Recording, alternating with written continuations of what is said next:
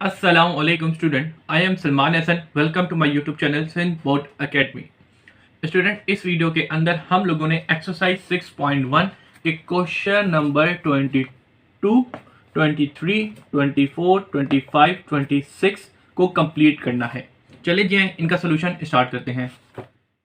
तो यहाँ पे मैंने क्वेश्चन नंबर 22 ले लिया है। याद रहे क्वेश्चन नंबर 22 के अंदर जितने भी क्वेश्चन आ रहे हैं उनमें आपको कहा गया कि भाई इंटीग्रल ले लो। तो भाई इंटीग्रल लेना है, यहाँ पे बस इंटीग्रल का साइन नहीं दिया गया तो इंटीग्रल का साइन लेंगे। इंटीग्रल का साइन लेने के बाद इंटीग्रल के जो रूल्स होते हैं उनको लगाते हुए इनका फिर हम इंटीग्रल ले लें या एंटी डेरिवेटिव ले लें, बात एक ही है। तो वो सिंपल काम करना है जो हम पहले करते आए हैं। तो चलिए इनका सोल्यूशन स्टार्ट करते हैं। तो सबसे पहले आपने सोल्यूशन लिखा, सोल्यूशन लिखने के बाद इसका इंटीग्रल लेना, तो एंटी डेरिवेटिव का साइन लगा दिया, theta -1 upon under root theta लिख दिया। ठीक है जी स्टूडेंट, और डी थीटा लगा दिया। क्यों? क्योंकि मेन जो फंक्शन यहाँ पे दिया थीटा की फॉर्म में दिया, तो विद रिस्पेक्ट टू थीटा ही एंटी डेरिवेटिव हम लोग लेंगे। ठीक है जी स्टूडेंट। अच्छा जी, अब क्या करेंगे, आपको पता है कि एंटी डेरिवेटिव हर एक टर्म के पास अलग अलग आ जाएगा, लेकिन उसके लाने से पहले इसको थोड़ा सा सीधा कर देते हैं ताकि हमारे लिए सिंप्लीफिकेशन आसानी हो। बेटा इसको 1/2 हो जाएगा, ये स्क्वायर रूट जो था 1/2 के बराबर हो जाएगा, उसको कन्वर्ट कर दिया। फिर उसके बाद ये भी थीटा किसके बराबर है, 1/2 के बराबर है, तो उसको ऊपर लेके जा दूंगा तो थीटा की पावर -1/2 हो जाएगी। ठीक है स्टूडेंट। तो उम्मीद है कि ये एक ही काम दो काम एक ही स्टेप में किया। उम्मीद है कि समझ आ गई होगी कि जब ऊपर आया तो इसका -1/2 हो जाएगा, तो वो सिंपल।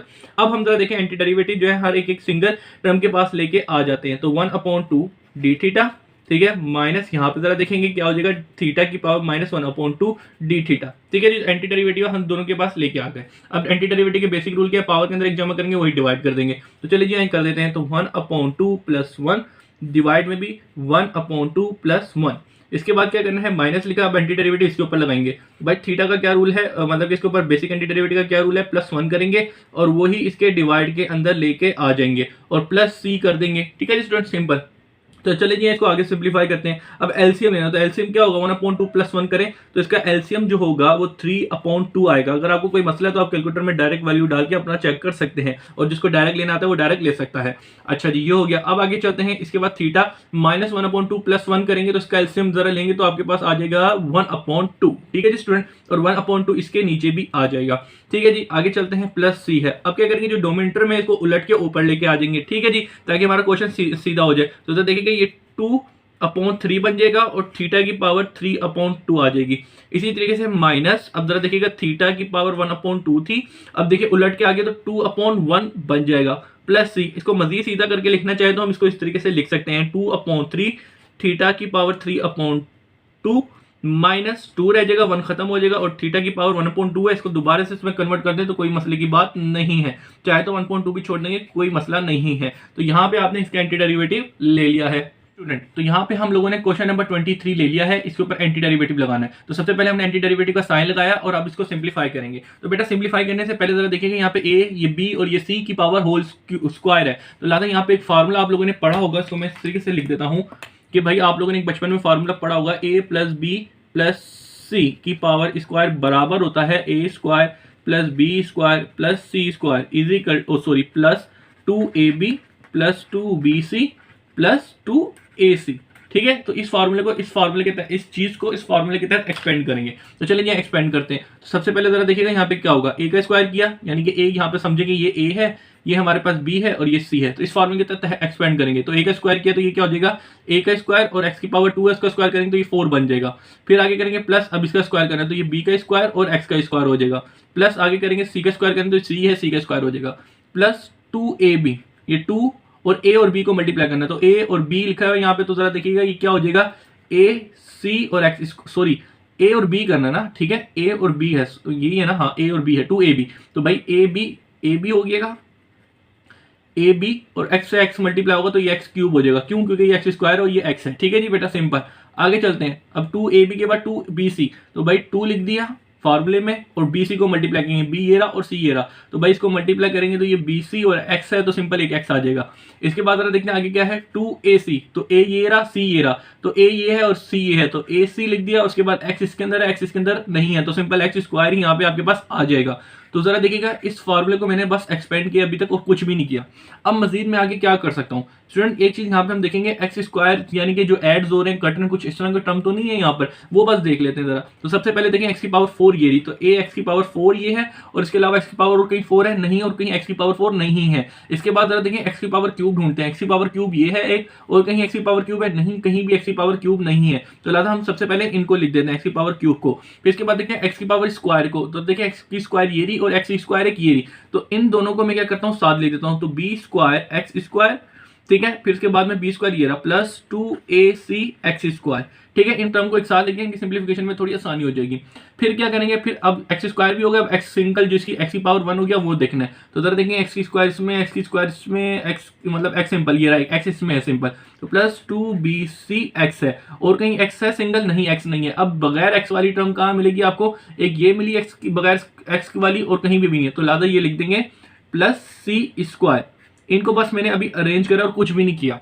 अब इसके बाद क्या कर सकते हैं, बस इसको बेटा मजीद एंटी डेरिवेटिव्स लेने से पहले यहाँ पे एक चीज है वो जरा देख लीजिएगा क्या करूंगा। ये जो दो चीजों को मैंने एक साथ लिखा था ना, इनके अंदर एक्स स्क्वायर जो है वो कॉमन आ रहा है। अगर ये तो वैसे बेसिकली कांस्टेंट टर्म लिखी ना, बी और सी लिखा, अगर कोई नंबर होते वो तो ऐड हो जाते लिहाजा, लेकिन अभी ये कांस्टेंट नंबर्स है तो लिहाजा ये एक्स स्क्वायर इनके अंदर से कॉमन आ रहा है, वो कॉमन निकालूंगा, मेरे लिए आसानी हो जाएगी, ठीक है। एंटी डेरिवेटिव मुझे ज्यादा नहीं लेना पड़ेगा। तो जरा देखें B A B x cube है, अब जरा देखें बी स्क्वायर एक्स, यहां से जब मैं कॉमन ले लूंगा बाहर वो बाहर चले जाएगा, बी टू ए एक्स, ठीक है जी स्टूडेंट, सॉरी ये सी है।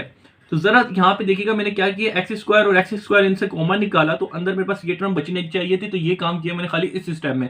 बाकी जो मेरा पूरा क्वेश्चन है वो ऐसी का ऐसी ही रहा है, उसके अंदर मैंने कुछ भी चेंजिंग नहीं की, ठीक है जी सिंपल। अब हम आगे क्या करेंगे, अब सिंपल भाई एंटी डेरिवेटिव का साइन है, हर एक एक टर्म के पास लेके चले जाएंगे। तो चलेंगे लेके चलते हैं। तो सबसे पहले एंटी डेरिवेटिव ए एक्स की पावर 4 इसके ऊपर आ जाएगी, फिर एंटी ये खत्म हो गया, अब एंटी डेरिवेटिव का साइन इसके पास आ जाएगा, तो एंटी डेरिवेटिव 2ab एक्स की पावर क्यूब पे आ जाएगी, ठीक है। फिर एंटी डेरिवेटिव हमारा इस टर्म के ऊपर आ जाएगा, तो ये क्या लिखा है बी स्क्वायर प्लस 2ac, ठीक है, मल्टीप्लाई बाय एक्स की पावर स्क्वायर, ठीक है जी स्टूडेंट। एंटी डेरिवेटिव इसके ऊपर आ गया, फिर एंटी डेरिवेटिव 2bc एक्स इसके ऊपर आ जाएगा, फिर एंटी डेरिवेटिव यहाँ पे हमारे पास सी बचा हुआ है तो उसके ऊपर लेके आ जाते हैं एंटी डेरिवेटिव सी स्क्वायर डीएक्स, ठीक है जी बेटा सिंपल। तो एंटी डेरिवेटिव का जो साइन था वो हर एक एक टर्म के पास लेके आ गया।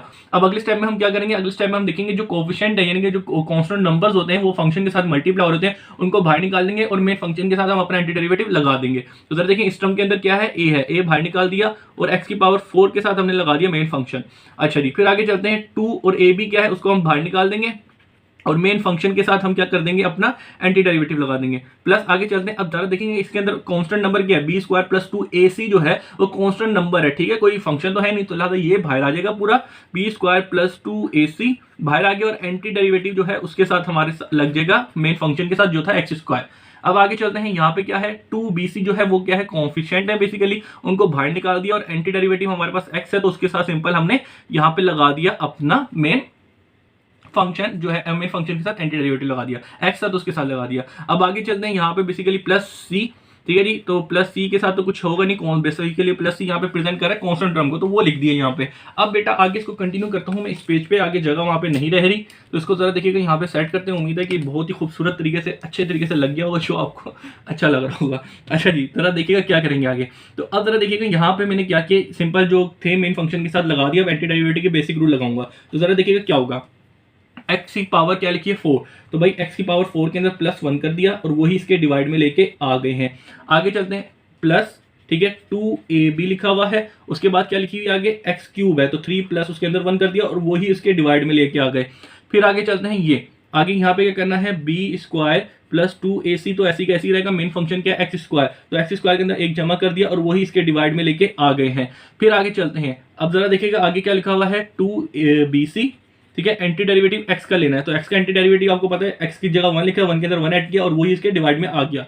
फिर एंटी डेरिवेटिव कांस्टेंट टर्म का, तो भाई कांस्टेंट टर्म का एंटी डेरिवेटिव मिसाल के तौर पर अगर यहाँ पे 3 लिखा होता, सी प्रेजेंट करे कांस्टेंट टर्म को, अगर यहाँ पे मिसाल के तौर पर 3 लिखा होता तो इसका एंटी डेरिवेटिव लेता क्या होता, 3x प्लस सी हो जाता। तो लिहाजा ये सी भी प्रेजेंट करे कांस्टेंट टर्म को, तो सी स्क्वायर मल्टीप्लाई बाय एक्स कर देंगे और प्लस सी कर देंगे, ठीक है जी स्टूडेंट। एंटी डेरिवेटिव का जो बेसिक रूल था कांस्टेंट टर्म का उसको यूज करते हुए यहाँ पे मैंने सी का एंटी डेरिवेटिव ले लिया है। अब बस सिंप्लीफाई करना है और एंटी डेरिवेटिव आपके सामने होगा। तो जरा देखिए यहाँ पे क्या होगा, एक्स की पावर 4/5, ठीक है, प्लस 2ab एक्स की पावर 4/4। फिर आगे चलते हैं, तो जरा देखेंगे बी स्क्वायर प्लस 2ac, ठीक है, और यहाँ पे x की पावर 3/3, फिर चलते हैं आगे 2bc x की पावर 2/2, फिर डोमिनेटर में मतलब कि ये जो आगे चल रहा है उसके अंदर c² x प्लस c है। अब जरा देखिएगा, इसको थोड़ा सा और सीधा करके लिख लेते हैं। आप चाहें तो अपना आंसर यूं छोड़ सकते हैं, लेकिन कुछ चीजें जो है कट आ रही हैं उनको काट के लिख सकते हैं सीधा करके, ठीक है। तो उसको बस सही करके लिख लें। तो जरा देखिए a/5 x की पावर 4, आगे चलते हैं, ये वाला 2 और ये 4 कैंसिल आउट हुआ तो 2 बच गया, तो ab/2 x की पावर 4। फिर आगे चलते हैं, अच्छा जरा मैंने मिस्टेक तो नहीं कर दी कोई, x की पावर 4 सॉरी, ये देखिएगा ना यहाँ पे 4 + 5 हो जाएगा, तो ये 5 होगा, मैंने 4 लिखा हुआ है, ठीक है। इसको जरा देखिएगा, हाँ नीचे मैंने सही लिखा है लेकिन ऊपर जो पावर में था उसको थोड़ा गलत कर दिया था, इसको जरा सही कर लेगा काइंडली। अच्छा जी, तो अब जरा देखिए ये हो गई कहीं सही। अब आगे चलते हैं, तो अब b² + 2ac, ठीक है। अब यहाँ पे क्या होगा, इसके नीचे 3 ले आता हूँ ताकि ये सीधा सीधा लग जाए हमारे पास। आगे चलते हैं, अब यहाँ पे तो देखिए ये वाला 2 कैंसिल आउट हो रहा है, तो bc × x² हो जाएगा, और आगे चल के +c² x और +c लिखा होगा, ठीक है। तो वो मैंने यहाँ पे इसके साथ कर दिया, तो दिस इज योर आंसर। तो इसका जो आंसर था सिंपल, यहाँ पे a + b+ का होल स्क्वायर का हमने फार्मूला लगाया, उसको एक्सपेंड किया और उसके बाद सिंपली हमने एंटी डेरिवेटिव लगा दिया हर एक टर्म के ऊपर, और जो x² थी वो ऐड हो रही थी उनको ऐड करके सिंपल कर दिया। तो ये आपका फाइनल आंसर है। तो अब हम लोगों को क्वेश्चन नंबर 24 करना है, लेकिन क्वेश्चन नंबर 24 को करने से पहले एक छोटा सा फार्मूला है जो आपको मैं बता दूं, जो आपको इस क्वेश्चन में और इस जैसे क्वेश्चन, ये जो फार्मूला आगे भी क्वेश्चन में यूज होगा, और उसके अलावा आपका एक एमसीक्यूज है जो अक्सर ज्यादातर इसी फार्मूले से आ रहा होता है, तो वो भी पक्का हो जाएगा। तो वो फार्मूला क्या है वो बता देता हूं। बेसिकली बेटा, आपको एंटी डेरिवेटिव ले लें 1/x पे, ठीक है, एंटी डेरिवेटिव ले लें अपोन में, तो ये बराबर हो जाता है ln x + c के, ठीक है। डोमिनेटर में आपके पास फंक्शन लिखे उसकी पावर 1 हो, तो इसके ऊपर क्या कर देंगे हम लोग, ln x लगा देंगे। अब कुछ बच्चे कहेंगे सर ये मैं फार्मूला क्यों याद करूं, कैसे याद करूं। पहली बात बता दूं कि इसको सिंपल याद कर लो, इसकी एक्सप्लेनेशन देता हूं ताकि ये और अच्छे तरीके से याद हो जाए। क्या कि एंटी डेरिवेटिव 1/x में आ जाए, यानी फंक्शन जो है आपका डोमिनेटर में आ जाए, उसके ऊपर आप ले लें। याद रखिएगा पावर क्या है, 1 है, इसको बस याद रखना, ठीक है। ये वाली कहानी सिंपल समझ लेना।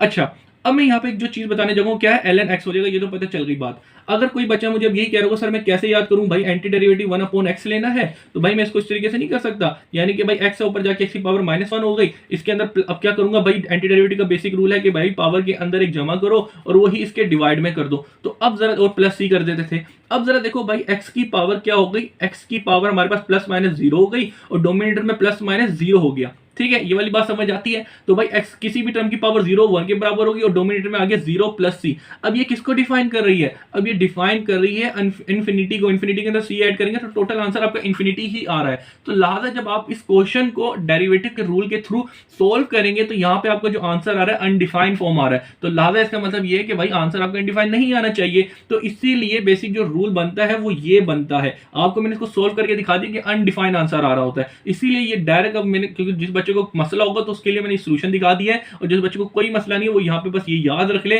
कि भाई जब भी एंटी डेरिवेटिव 1/x पे लेना पड़े वो ln x + c हो जाता है, ठीक है स्टूडेंट। ये वाली कहानी हो गई खत्म। तो यहाँ पे अब हम लोगों ने क्वेश्चन नंबर 24 ले लिया है, लेकिन इसको करने से पहले जो एक फार्मूला मैंने आपको बता दिया था कि 1/x का anti derivative ln x + c हो जाता है, तो ये फार्मूला उम्मीद है कि आपको याद हो गया होगा। तो चलिए इसका सोल्यूशन स्टार्ट करते हैं। सबसे पहले सोल्यूशन लिखा, सोल्यूशन लेने के बाद इसके ऊपर हमने एंटी डेरिवेटिव लेना है इस क्वेश्चन के ऊपर, लिहाजा एंटी डेरिवेटिव का साइन लगा दिया है, ठीक है जी बेटा, सिंपल हो गई कहानी।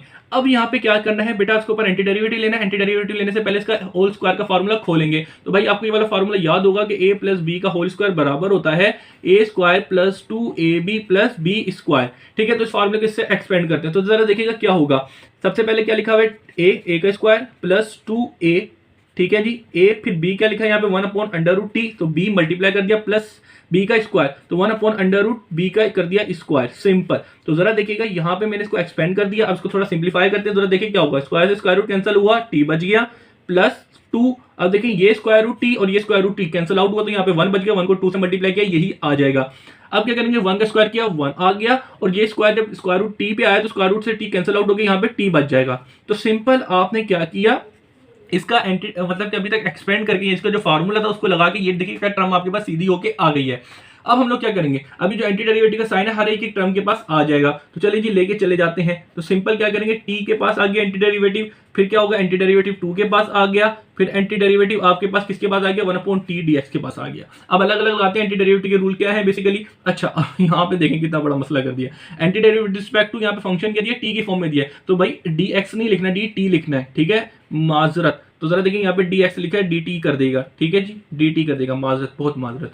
अच्छा जी तो चले जी स्टार्ट करते हैं। तो भाई विद रिस्पेक्ट टू टी है क्योंकि फंक्शन टी है तो विद रिस्पेक्ट टू टी लेंगे। तो भाई एंटी डेरिवेटिव का रूल क्या है, बेसिक पावर यहाँ पे 1 है तो 1 के अंदर 1 जमा किया और वही इसके डिवाइड में आ गया। फिर आगे करते हैं, अब डेरिवेटिव ऑफ किसका, एंटी डेरिवेटिव किसका लेना है, कांस्टेंट टर्म का लेना है, तो भाई उसके साथ x सिंपल मल्टीप्लाई होगा। अब प्लस सी करना होता है, भाई प्लस सी नहीं करेंगे क्योंकि आगे एक और टर्म है उसका एंटी डेरिवेटिव ले लेते हैं, फिर प्लस सी करेंगे, एंड में लगा देते हैं। अब यहाँ पे देखिए क्या हुआ, अब 1/t है, ये यही वाला फार्मूला है 1/x का है, ठीक है। तो लिहाजा 1/t का एंटी डेरिवेटिव क्या होगा, ln टी हो जाएगा, सही है बेटा सिंपल, और प्लस सी लगा दें क्योंकि एंड में हम एक बार प्लस सी कर देते हैं। तो लिहाजा ये जो फार्मूला था यहाँ पे लग गया, ठीक है। अपॉन में पावर इसके ऊपर 1 थी, टी की पावर 1 थी, तो इसीलिए इसके ऊपर ln क्या लगा दिया, ln t कर दिया सिंपल। अगर t की पावर 2 होती तो फिर हम ये वाला फार्मूला ln नहीं लगा रहे होते, तो सिंपलीफिकेशन जिस तरीके से कर रहे होते हैं उस तरीके से कर रहे होते, ठीक है। तो मेन जो थी 1/t का एंटी डेरिवेटिव क्या हो गया, ln t लग गया सिंपल, प्लस e कर दिया। अब हम क्या करेंगे, सिंपलीफाई करते हैं, तो t²/2, ठीक है, प्लस 2, यहाँ पे मैंने क्या लिख दिया, tx लिख दिया, x तो नहीं है t आएगा, ठीक है जी बेटा। अच्छा इस बात का ख्याल रखिएगा, मेरे मिस्टेक हो रही है तो आपसे भी हो सकती है, प्रैक्टिस करिएगा तो खत्म हो जाएगी ये प्रैक्टिस, ठीक है। अगर प्रैक्टिस करेंगे तो ये प्रॉब्लम खत्म हो जाएगी। तो उम्मीद है कि ये चीज देखिएगा, आपने आंसर लिख दिया, यही आपका आंसर है फाइनल। तो उम्मीद है कि ये क्वेश्चन जो है समझ आ गया होगा। तो अब जरा देखिएगा क्वेश्चन नंबर 25 ले लिया है, बहुत ही ज्यादा आसान है भाई। आपको एंटी डेरिवेटिव लेना है 1/y³ माइनस y, ठीक है जी। इसके ऊपर हमने क्या लेना है, एंटी डेरिवेटिव लेना है। तो एंटी डेरिवेटिव लेने से पहले इसको थोड़ा सा सीधा कर देते हैं ताकि हम एंटी डेरिवेटिव के रूल सीधे लगा सकें। x की पावर y की पावर 3 है तो ऊपर जाके क्या हो जाएगी, प्लस की हो जाएगी, ठीक है जी स्टूडेंट। और प्लस है तो ऊपर जाके माइनस की हो गई। इसी तरीके से ये तो बिल्कुल सीधा का सीधा ही रहेगा, इसमें हमने चेंजेस करने की कोई भी जरूरत नहीं है। तो लिहाजा एंटी डेरिवेटिव ले रहे हैं विद रिस्पेक्ट टू y ले रहे हैं क्योंकि फंक्शन यहाँ पे हमें y की फॉर्म में दिया है। अब जो हमारा एंटी डेरिवेटिव है अब हर एक सिंगल टर्म के पास चले जाएगा, तो चले जी ले जाते हैं। तो जरा देखिएगा y और ये dy इसके पास भी आ गया, अलग अलग टर्म के पास आ गया एंटी डेरिवेटिव। अब एंटी डेरिवेटिव के रूल लगाते हैं, कहीं पावर के अंदर एक जमा कर दिया और वही इसके डिवाइड में लिख दी। फिर क्या करेंगे, यहाँ पे जरा देखिए पावर 1 है, 1 के अंदर 1 जमा किया और वही इसके डिवाइड में आ गया और प्लस सी कर दिया। अब आगे क्या करना है, जरा देखिए -3 + 1 किया तो ये -2 हो गया और डोमिनेटर में -2 बच जाएगा। अब इसी तरीके से आगे जरा देखिएगा क्या होगा, y की पावर 2/2, ठीक है जी स्टूडेंट, और प्लस सी, प्लस 1 1 और 2 हो जाएगा। अब जरा देखिए इसको थोड़ा सा सीधा करके लिख सकते हैं, वो कैसे कर सकते हैं, -1/2 और y की पावर -2, ठीक है बेटा, और ये बाहर निकल के आ जाएगा और y की पावर 2 प्लस सी। इसको देखिए 1/2 था, उनको बस कॉन्फिडेंट था, उनको थोड़ा आगे करके लिख दिया ताकि आपका जो आंसर आपको समझने में आसानी हो। आप चाहे तो ये छोड़ सकते हैं। अच्छा अब मजीद इसके अंदर सिंप्लीफाई करना चाहे तो जरा देखिएगा कैसे लिखेंगे, क्या कि भाई जो पावर वो माइनस में नहीं छोड़ सकते, तो लिहाजा इसको दोबारा पॉजिटिव करने के लिए दोबारा अपॉन में लेके आ गए, तो माइनस थी वो प्लस में हो गया। और इसके अलावा यहाँ पे क्या करेंगे, 1/2 y² जो ऐसा था उसको ऐसी का ऐसी रहने देंगे, बस यहाँ पे जो माइनस की साइन थी उसको अपॉन में लाके हम लोगों ने प्लस कर दिया। इस टाइप में ये काम किया। तो this is your final answer, कुछ भी नहीं करना था, बिल्कुल हलवा क्वेश्चन था। तो अब हम लोगों ने क्वेश्चन नंबर 26 को करना है जो कि लास्ट है इस वीडियो का।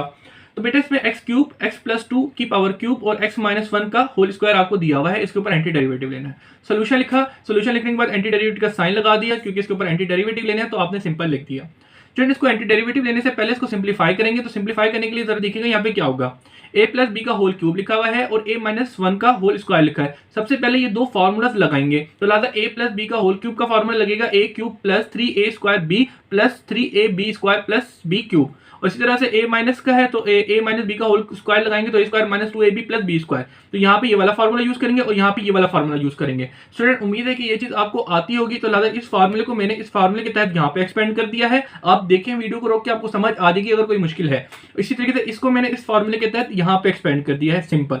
फिर इसके बाद क्या किया है जरा देखिएगा, यहाँ पे यानी कि x का स्क्वायर करना था x² किया, 3 2 6 होना था 6 कर दिया। इसी तरीके से 4 का यहाँ पे 2 का स्क्वायर करना था 4 को 3 से मल्टीप्लाई किया 12 आ गया और 2 की पावर क्यूब ली तो 8 आ गया। इस तरीके से बेसिक सिंप्लीफाई किया और कुछ भी नहीं किया, बस यहाँ पे फॉर्मूले के तहत इसको एक्सपेंड किया है। एक्सपेंड करने के बाद इसको सिंप्लीफाई किया है। अब आगे क्या करना है, अब आपको पता है कि ये मल्टीप्लाई हो रहे हैं एक दूसरे से, इनको मल्टीप्लाई करना है ताकि ये सीधी इक्वेशन हो सके। तो सबसे पहले ये जो एक्स क्यूब है ये इस हर एक टर्म से मल्टीप्लाई कर दूंगा, तो लिहाजा एक्स क्यूब इस टर्म से मैंने मल्टीप्लाई करी तो मेरे पास ये फॉर्म आ गई है। आप वीडियो को रोक के देख सकते हैं कि भाई एक्स को एक्स से मल्टीप्लाई किया तो एक्स की पावर 6 होनी चाहिए थी, क्योंकि बेसिस से में पावर ऐड हो जाएगी, तो वही काम किया है। इसी तरह से एक्स क्यूब जब मैंने एक्स स्क्वायर से मल्टीप्लाई किया तो एक्स की पावर 5 बननी चाहिए, तो एक्स की पावर 5 है और यहाँ पे 1 है तो 1 को 6 से मल्टीप्लाई किया तो 6 आ गया। तो सिंपल यहाँ पे मैंने मल्टीप्लाई किया सिर्फ इस ब्रैकेट से, सिंपल, तो वो काम हो गया। अब इसके बाद क्या करना है, अब ये दो ब्रैकेट मल्टीप्लाई होंगे तो लिहाजा ये जो टर्म है इससे भी मल्टीप्लाई होगी, इससे भी मल्टीप्लाई होगी और इससे भी मल्टीप्लाई होगी। तो बारी बारी ये जो सारी चार टर्म्स लिखी हैं इनको मैंने इन तीन से मल्टीप्लाई किया तो मेरे पास ये टर्म आ गई है। आप वीडियो को रोक के आराम सुकून से देख सकते हैं और खुद मल्टीप्लाई करते करते आप देखेंगे आपके पास यही चीज आ रही होगी। तो लिहाजा हर एक को जब मैंने इनसे मल्टीप्लाई किया, इन चारों टर्म को इन तीनों से मल्टीप्लाई किया बारी बारी, तो मेरे पास आ गया ये। तो अब स्टूडेंट हम देखेंगे यहाँ पे अब कुछ चीज कट कटा तो नहीं रही जी, बिल्कुल कट कटा रही है। यहाँ पे एक्स की पावर जो 6 है वो -12 है और यहाँ पे 12 एक्स की पावर 6 जो है वो प्लस है, तो लिहाजा ये माइनस का और ये प्लस का कैंसिल आउट हो गए। फिर इसके बाद हम लोगों ने क्या किया, फिर इसके बाद हमने अरेंजिंग करी, यानी कि एक्स की पावर 8 ये रही और कहीं एक्स की पावर 8 लिखी हुई है, एक्स की पावर 8 कहीं नहीं लिखी, तो लिहाजा एक्स की पावर 8 यहाँ पे आ गई। फिर एक्स की पावर 7 पे आ जाए तो एक्स की पावर 7 एक ये लिखा हुआ और एक्स की पावर 7 कहीं लिखी है, एक ये लिखी हुई और कहीं देखिए एक्स की पावर 7 और कहीं नहीं लिखा हुआ। तो भाई -2 और +6 करें तो 4 एक्स की पावर 7 आएगी, तो लिहाजा आपने यहाँ पे +4 एक्स की पावर 7 लिख दिया है। फिर इसी तरीके से एक्स की पावर 6, तो जरा देखिए एक्स की पावर 6 ये रही और कहीं एक्स की पावर 6 है, एक्स की पावर और कहीं भी 6 नहीं है, एक ये थी ये तो कैंसिल आउट हो गई, तो लिहाजा सिंपल आपके पास एक्स की पावर 6 रह गई तो एक्स की पावर 6 रह गई। फिर इसी तरीके से एक्स की पावर 5 की बारी है तो अब एक्स की पावर 5 वाले को देखेंगे, फिर एक्स की पावर 4 वाले को, फिर एक्स की पावर 3 वाले को, इस तरीके से आप ऑर्डर में करके लिख देंगे तो ये आपके पास बिल्कुल ऑर्डर में आ गई। तो अब जरा देखिएगा आपके पास जो आपका जो क्वेश्चन है वो बिल्कुल सीधा हो गया। अब आप इसके ऊपर एंटी डेरिवेटिव डायरेक्ट लगा सकते हैं, तो लिहाजा बिल्कुल सीधा हो गया। तो एंटी डेरिवेटिव हर एक टर्म के पास लेके जाते हैं और एंटी डेरिवेटिव के बेसिक रूल लगाते हैं। तो एक्स की पावर 8, ठीक है जी, इसके पास आ जाएगा एंटी डेरिवेटिव। इसी तरीके से +4 लिखा है तो 4 मैंने बाहर निकाल दिया, मेन फंक्शन के साथ एंटी डेरिवेटिव लगा दिया है, ये चीज आपको पता होगी, ठीक है जी स्टूडेंट। इसी तरीके से एक्स की पावर 6 आप यहाँ पे लगा दिया, इसी तरीके से यहाँ पे 10 को बाहर निकाल दिया और एंटी डेरिवेटिव एक्स की पावर 5 के साथ लग जाएगा, ठीक है जी, एक्स की पावर 5 के साथ एंटी डेरिवेटिव लग गया। अब आगे चलते हैं तो -4 है, 4 को मैंने बाहर निकाल दिया और एंटी डेरिवेटिव एक्स की पावर 4 के साथ लगा दी। इसी तरीके से 8 यहाँ पे है, 8 को मैंने बाहर निकाल दिया और anti derivative main function x की पावर क्यूब के साथ लगा दिया है। तो जरा बेटा देखिएगा यहाँ पे मैंने एक ही स्टेप में काम किया कि जो कोफिशिएंट है वो बाहर निकाल दिए, तो लिहाजा अब आप भी ये कर सकते हैं क्योंकि अब आस्ता आस्ता बड़े हो रहे हैं और अपने एंटी डेरिवेटिव के कॉन्सेप्ट को पक्के कर रहे हैं। तो लिहाजा ये आपको मसला नहीं करना चाहिए कि भाई एक ही स्टेप में मैंने बाहर निकाल दिया और मेन फंक्शन के साथ एंटी डेरिवेटिव लगा दिया है, ठीक है जी स्टूडेंट। तो चलिए अब आगे चलते हैं। अब जरा देखें यहाँ पे क्या करना है, एक्स की पावर 8 है तो उसके अंदर 1 जमा करेंगे, वही इसके डिवाइड में लिख देंगे। फिर आगे चलते हैं +4, अब देखें एक्स की पावर 7 तो 7 के अंदर 1 जमा करेंगे, वही इसके डिवाइड में कर देंगे। फिर अगला चलेंगे तो यहाँ पे एक्स की पावर 6 है, उसके अंदर 1 जमा करेंगे, वही डिवाइड में लिख देंगे। फिर आगे चलेंगे, फिर क्या लिखा हुआ है, एक्स की पावर 5 1 में उसमें 1 जमा करेंगे और वही डिवाइड में लिख देंगे। फिर आगे चलेंगे -4, एक्स की पावर 4 + 1 हो जाएगी, ठीक है, ये लिखा हुआ तो उसके अंदर 1 जमा किया और वही इसके डिवाइड में आ गया। अब आगे चलते हैं +8 है, ठीक है जी, एक्स की पावर 3 लिखी है तो उसके अंदर 1 जमा किया और वही इसके डिवाइड में लिख देंगे। अब आगे कोई भी नंबर नहीं है, +c इसके पास आ जाएगा, ठीक है स्टूडेंट। आपको पता है कि +c हम लगाते थे एंटी डेरिवेटिव के अंदर, तो वो हो गई कहानी। अब सिंपलीफाई करना तो जरा देखिए क्या होगा। अब जरा देखिए एक्स की पावर 9/9 हो जाएगी, ठीक है, 8 और 1 9। अब आगे चलते हैं, अब यहां पे जरा देखिएगा 4 एक्स की पावर क्या बन जाएगी 8/8, ठीक है जी बेटा। फिर आगे चलते हैं एक्स की पावर 7/7, फिर आगे चलते हैं 10 एक्स की पावर 6/6, फिर आगे चलते हैं 4 एक्स की पावर 5/5, फिर यहाँ पे चलते हैं तो यहाँ पे देखिए 8 मल्टीप्लाई हो रहा है, एक्स की पावर 4/4 बन जाएगा और यहाँ पे +c है, सिंपल। अब जरा देखें जो चीजें कट कटा रही हैं और जो सीधी हो सकती है उनको सीधा करके लिख दें और अपना फाइनल आंसर दे दें। तो जरा देखें एक्स की पावर 1/9 करके लिख सकते हैं, लिख सकते हैं। फिर इसके बाद चलते हैं प्लस, जरा देखिए ये 2 और ये 8 कैंसिल आउट हो रहा है तो ये 2 आ जाएगा, तो लिहाजा 1/2 बच जाएगा। तो आपने इसको ऐसे करके लिख सकते हैं, तो ये 8 एक्स की पावर 8 1/2 आ गया इधर। फिर आगे चलते हैं +1/7 एक्स की पावर 7 हो जाएगा। फिर आगे चलते हैं, जरा देखें ये भी एक दूसरे से कैंसिल आउट हो रहे हैं 2 के टेबल में, तो 2 के टेबल में 10 आता है 5 टाइम और 6 आता है 3 टाइम, तो लिहाजा 5/3 यहाँ पे आपके पास आ जाएगा। तो एक्स की पावर 6 जो थी वो ऐसी की ऐसी रह गई। फिर यहाँ पे देखिए 4/5 आ जाएगा क्योंकि एक दूसरे को कैंसिल आउट नहीं कर रहे तो यूं का यूं ही रहेगा। अब जरा देखिए यहाँ पे, तो बेटा ये भी एक दूसरे को कैंसिल आउट करें, 4 1 4 4 2 8, तो लिहाजा आपके पास 2 एक्स की पावर 4 यहाँ पे आ गई और +6। तो लिहाजा ये जो क्वेश्चन है पूरा यहाँ तक चल रहा है। तो यहाँ पे जब आपने इसको सिंप्लीफाई किया तो जो एंटी डेरिवेटिव लेना था इस क्वेश्चन का ये आ गया। तो this is your final answer. उम्मीद है बेटा ये सारी चीजें आपकी क्लियर होगी। अपनी दुआ में मुझे याद रखिएगा और ज्यादा से ज्यादा ये जो यूट्यूब चैनल है अपने स्कूल के, कॉलेजेस के जो भी ग्रुप बना हो एजुकेशन का उसमें ज़रूर शेयर कीजिएगा, क्योंकि इसमें एक क्वेश्चन सोल्व करा रहा हूँ, तो ताकि किसी बच्चे को किसी भी क्वेश्चन के अंदर मसला वो डायरेक्ट यूट्यूब पे जाए, अपना क्वेश्चन देखे और वीडियो देखे और क्वेश्चन देखे और अपना प्रॉब्लम को सोल्व कर सके। तो यहाँ पे अपना रखिएगा बहुत ज़्यादा ख्याल, अपनी दुआओं में मुझे याद रखिएगा। अल्लाह हाफिज़।